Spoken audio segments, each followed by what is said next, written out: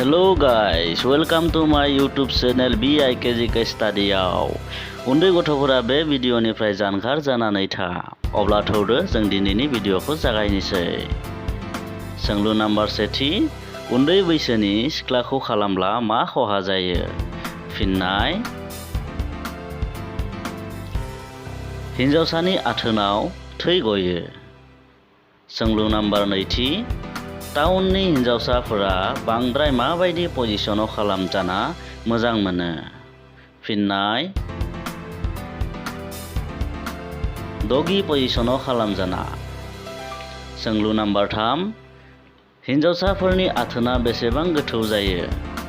फिननाय: 4 निफ्राय 5 इन्सि गोथौ जायो। जायफोरा बे भिडिअखौ मोजां मोनदों, प्लिज आंनि चेनेलखौ साबस्क्राइब खालामनानै हो, बेबायदिनो गोदान भिडिअ लाबोबाय थानो थाखाय। अब्ला थौदो जों ब्रैथि सोंलुआव थांनोसै। हिन्जावसाफोरनि आथोना माननायनि ओंथिया मा एबा जाहोना मा? बेनि फिननाया जाबाय: